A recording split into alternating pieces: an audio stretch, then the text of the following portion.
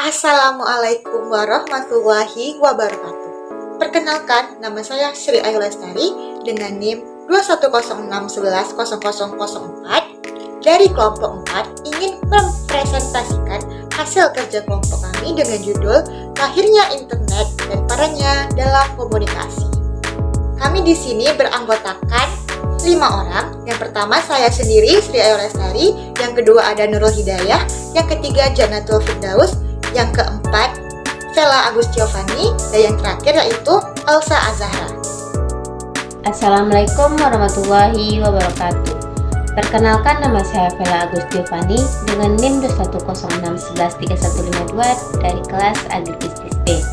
Nah, di sini saya akan menjelaskan materi mengenai sejarah internet, yang dimana topik yang kami bahas pada kelompok 4 yaitu internet dan perannya dalam komunikasi. Adapun sejarah internet yaitu internet adalah singkatan dari Interconnected Network yang muncul pada tahun 1969 dengan bentuk sebuah jaringan komputer yang dibuat oleh ARPA, Advanced Research Project Agency. ARPA membangun jaringan internet pertama yang kemudian diberi nama dengan ARPANET, terus berkembang hingga pada tahun 1980-an. Jaringan ini sanggup menghubungkan universitas ternama di Amerika Serikat, namun aksesnya cukup terbatas. Pada tahun 1982, protokol standar TCP atau IP mulai diaplikasikan ke publik. Barulah pada tahun 1986 didirikan National Science Foundation Network atau disebut NSFNet sebagai pengganti ARPANET. Pada saat itu, jaringan di beberapa negara mulai terhubung. Dulu, informasi yang didapat dari internet hanya berbasis teks saja. Baru pada tahun 1990, layanan sejenis berbasis tampilan grafis yang dikenal sebagai WWW atau World Wide Web mulai dikembangkan oleh CERN. Kemudian, internet didirikan pada tahun 1993 untuk menjalankan layanan pendaftaran domain. Ini karena muncul aturan nama domain dan alamat IP berupa simbol numerik dan format tertentu sebagai pengenal sistem komputer. Selanjutnya pertanyaan, kenapa sih internet itu penting? Faktanya, manfaat internet cukup banyak dalam kehidupan sehari-hari sehingga keberadaannya sangat diperlukan. Internet dikembangkan untuk mempermudah pekerjaan manusia. Individu menggunakan internet tidak hanya untuk memudahkan pekerjaannya saja, tetapi juga untuk memudahkan terhubung dengan orang lain, bahkan mencari sumber pendapatan tambahan dengan menawarkan jasa dan barang untuk dijual, sehingga keberadaan internet itu sangat penting di kalangan masyarakat. Assalamualaikum warahmatullahi wabarakatuh. Perkenalkan, nama saya Jannatul Firdaus dengan NIM 210113144. Kali ini saya akan melanjutkan materi, yaitu materi tentang peran internet dalam komunikasi. Sebelum itu, perlu saya sampaikan komunikasi dengan media internet adalah fenomena baru. Fiksi Ferris secara general mendefinisikan komunikasi bermedia internet sebagai interaksi secara interpersonal yang dihubungkan oleh komputer, yang meliputi komunikasi asinkronus dan sinkronus melalui fasilitas dalam internet. Sedangkan menurut John December mendefinisikan sebagai telekomunikasi dengan menggunakan komputer dalam bentuk massa. Sementara itu, terminologis aplikatifnya, komunikasi bermedia internet adalah penggunaan komputer beserta fasilitas dan kemampuannya untuk daya gunakan sebagai alat penyampai pesan, baik bersifat massa ataupun pribadi. Slide berikutnya ialah peran internet dalam komunikasi. Ada 6. Yang pertama yaitu kemudahan akses informasi. Internet telah mengubah cara kita mengakses informasi secara drastis. Dengan hanya beberapa ketukan pada keyboard atau layar sentuh, informasi dari seluruh dunia dapat diakses dalam hitungan detik. Ini memungkinkan komunikator untuk mengakses sumber daya yang beragam dan terkini untuk mendukung diskusi, penelitian, dan pengambilan keputusan. Yang kedua, komunikasi global. Internet telah memperluas cakupan komunikasi secara global melalui email, pesan instan, media sosial, dan aplikasi perpesanan. individu dapat berkomunikasi dengan orang-orang dari berbagai belahan dunia tanpa batasan geografis. Hal ini memungkinkan pertukaran ide, pengalaman, dan budaya secara langsung antara individu yang berbeda latar belakang dan lokasi. 3. Kolaborasi. Internet telah memfasilitasi kolaborasi antara individu dan kelompok dari berbagai lokasi geografis melalui platform kolaborasi online seperti Google Docs, Dropbox, dan Microsoft Teams. Orang-orang dapat bekerja sama secara real-time pada proyek bersama tanpa harus berada di lokasi yang sama. Ini memungkinkan tim yang tersebar secara geografis untuk berkomunikasi, berbagi ide, dan bekerja sama secara efisien. Yang keempat ialah media sosial. Media sosial telah menjadi bagian integral dari komunikasi internet modern. Platform seperti Facebook, Twitter, Instagram, dan lain-lain ini memungkinkan individu untuk berbagi pemikiran, ide, foto, dan video dengan cepat dan mudah. Internet memfasilitasi interaksi sosial dan memungkinkan individu untuk tetap terhubung dengan teman, keluarga, dan rekan kerja di seluruh dunia. Yang kelima ialah perdagangan elektronik. Internet juga telah mengubah cara kita berkomunikasi dalam konteks perdagangan dan bisnis. Melalui platform e-commerce seperti Amazon, eBay, dan Alibaba, individu dapat melakukan pembelian dan penjualan produk dan layanan secara online. Ini memungkinkan bisnis untuk mencapai pasar yang lebih luas dan untuk berkomunikasi dengan pelanggan potensial di seluruh dunia. Yang keenam ialah pendidikan dan pembelajaran jarak jauh. Internet memungkinkan akses pendidikan dan pembelajaran jarak jauh dengan adanya platform pembelajaran online seperti Udemy dan Khan Academy. Individu dapat mengakses kursus dan materi pelajaran dari universitas dan institusi pendidikan terkemuka di seluruh dunia tanpa harus meninggalkan rumah mereka.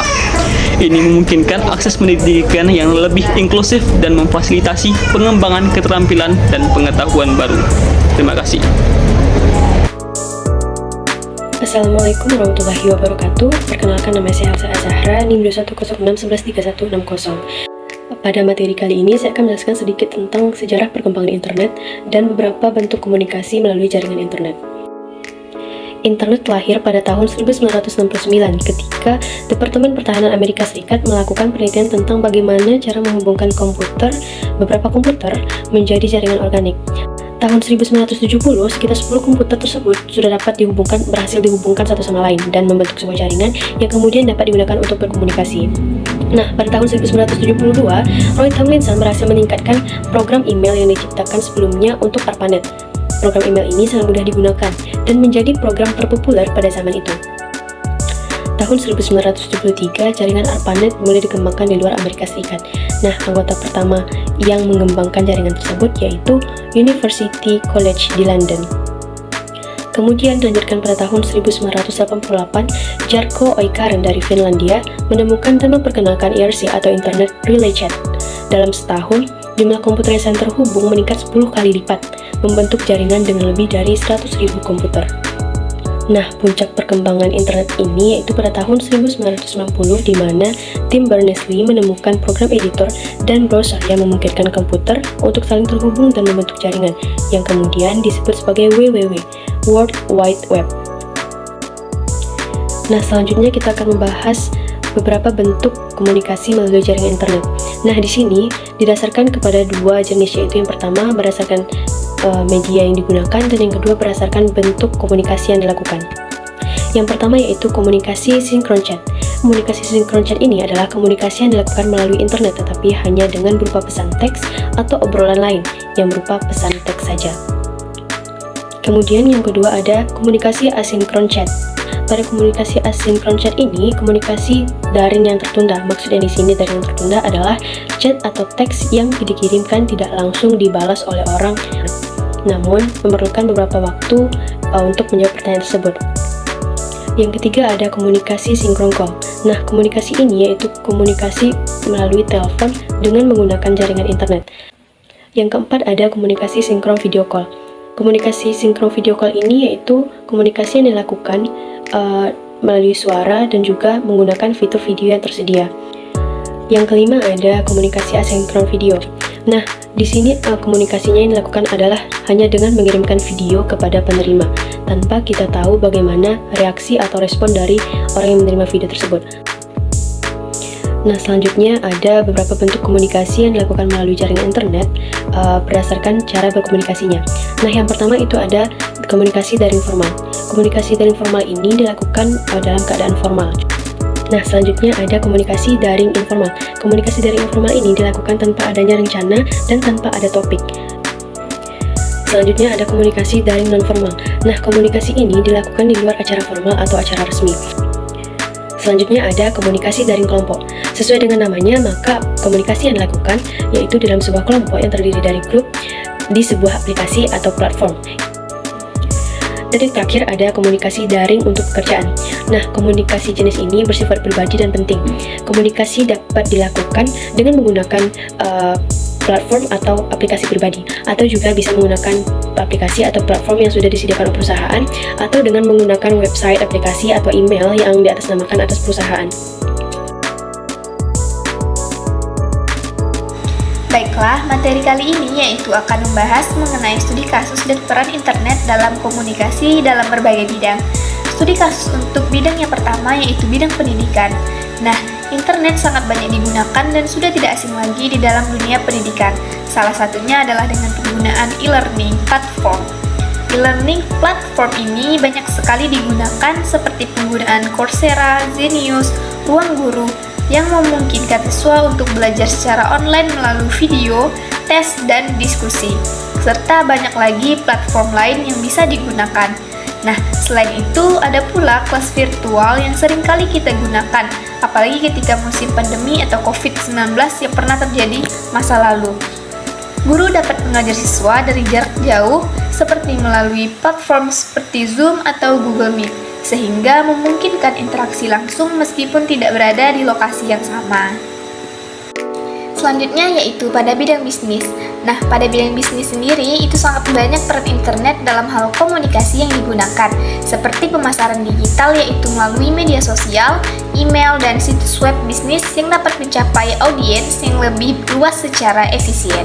Selain itu, ada pula komunikasi internal yang menggunakan alat kolaborasi online seperti Slack atau Microsoft Teams yang memfasilitasi komunikasi antar tim dan berbagai informasi antar karyawan yang berbeda lokasi. Ada pula pada bidang kesehatan yaitu telemedicine, yang mana pasien dapat berkonsultasi dengan dokter melalui panggilan video atau platform konsultasi medis online seperti penggunaan Teladoc atau Halodoc, yang sudah tidak asing lagi bagi kita sehingga memungkinkan akses kesehatan yang lebih mudah. Selain itu, ada pula penyuluhan kesehatan yang menggunakan situs web dan forum kesehatan yang memberikan informasi yang dapat diakses oleh masyarakat umum untuk memahami kondisi medis dan langkah-langkah pencegahannya. Selanjutnya, studi kasus pada bidang pemerintahan, di mana terdapat pelayanan publik online yang disediakan oleh pemerintah seperti pembayaran pajak, pengajuan izin dan pendaftaran penduduk, serta meningkatkan aksesibilitas dan efisiensi administrasi. Ada pula transparansi informasi yang mana situs web pemerintah dan media sosial digunakan untuk menyebarkan informasi terkini tentang kebijakan, program, dan keputusan politik kepada warga negara. Studi kasus peran internet dalam komunikasi yang terakhir yaitu pada bidang media. Bidang media sendiri seringkali kita lihat baik dari situs web maupun platform media sosial yang menyebarkan berita secara cepat kepada masyarakat dan memungkinkan akses informasi real time atau kejadian saat itu juga dari berbagai sumber. Selain itu, ada pula konten multimedia yang berupa podcast, video streaming, dan blog yang memungkinkan pembuatan konten untuk menyebarkan informasi dan hiburan kepada audiens dengan cara yang beragam. Saya akan memberikan materi tentang pengaruh positif internet bagi komunikasi. Yang pertama yaitu aksesibilitas. Aksesibilitas ini yaitu internet memungkinkan komunikasi secara instan dari berbagai lokasi. Yang kedua ada peningkatan kecepatan dan efisiensi, di mana internet ini bisa kita dapat dari email seperti pesan instan, media sosial, dan lain-lain. Yang ketiga ada peningkatan akses informasi. Dengan internet, kita bisa menyediakan berbagai informasi ke berbagai kalangan berita, termasuk jurnal ilmiah, data online, dan sebagainya. Selanjutnya ada peningkatan koneksi sosial. Media sosial memungkinkan orang untuk terhubung baik teman, keluarga, dan rekan-rekan secara online. Yang kelima, mendorong kreativitas. Internet menyediakan platform untuk berbagai ide, kreatif orang lain di seluruh dunia. Yang terakhir yaitu mendukung pendidikan jarak jauh. Internet telah menjadi fondasi untuk pendidikan jarak jauh dan pembelajaran online. Jadi selanjutnya yaitu adalah tantangan yang didapat dari menggunakan internet. Yang pertama yaitu privasi dan keamanan. Salah satu tantangannya itu privasi dan keamanan.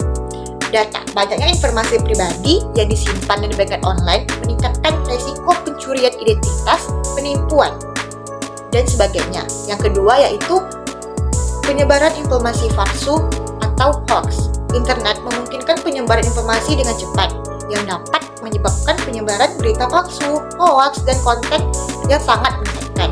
Yang ketiga, ketergantungan dan gangguan mental. Penggunaan internet yang berlebihan dapat menyebabkan ketergantungan dan gangguan mental seperti kurang tidur, kecemasan, dan depresi. Selanjutnya ada konten tidak pantas. Internet memiliki banyak konten yang tidak pantas dan tidak baik, terutama bagi anak-anak dan remaja. Hal ini dapat mencakup kekerasan atau materi yang merugikan. Dan terakhir yaitu adanya kesenjangan digital, di mana kesenjangan digital ini merupakan salah satu tantangan yang ada dalam menggunakan internet, seperti susah mengakses dalam berbagai hal dan sebagainya. Baik, dengan berakhirnya materi dari teman kita ini, maka akhirlah sudah presentasi dari kelompok kami. Apabila banyak kesalahan yang dihadapi atau banyak kata-kata yang salah, kami dari kelompok 4 mengucapkan minta maaf yang sebesar-besarnya dan terima kasih.